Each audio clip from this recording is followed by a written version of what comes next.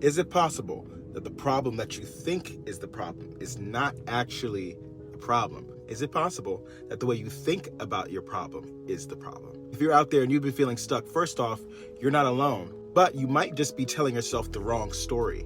Here's what I mean. When it comes to your career and your career moves, you might be playing small at work, not because you're not capable, but because you're waiting for some perfect circumstances before you take the leap. Or maybe you've been taught to downplay yourself, taught that to get what you want, you have to be some perfect version of yourself. But I'm here to tell you that that story, that old story, is a bit outdated. And when it comes to friendships and relationships, is it possible that you've been holding on to a relationship not because it's right, but because it feels familiar or because you're afraid of loss? Now, first off, I gotta say, I've been there. I've been in relationships or situationships and even friendships where I've stayed way past the expiration date. And I gotta be honest, it was very familiar. So it was easy to kind of stay in that situation because I was afraid of like losing a friend.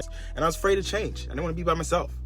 But I'm here to tell you, your peace matters more than the promise of somebody's potential or a promise of things getting better someday at some point, who knows when. It's always good to take a risk, especially when that risk is around starting something new. Maybe you're out there and you've been carrying the weight of needing to have everything figured out, or you've been out there waiting for some perfect moment. But that's not wisdom. That's not perfectionism. That's actually a defense mechanism. It's your mind's way of trying to keep you safe.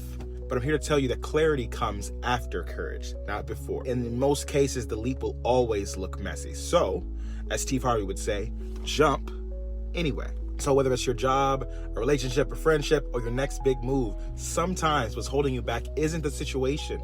It's the story that you've been telling yourself about that situation. So, starting today, let's tell ourselves a different story. Because again, you're not stuck. You're just telling yourself the wrong story. That's it for me. I hope you guys are having a great day. But even if you're not, find some reason to smile today and follow me for more content like this. Peace.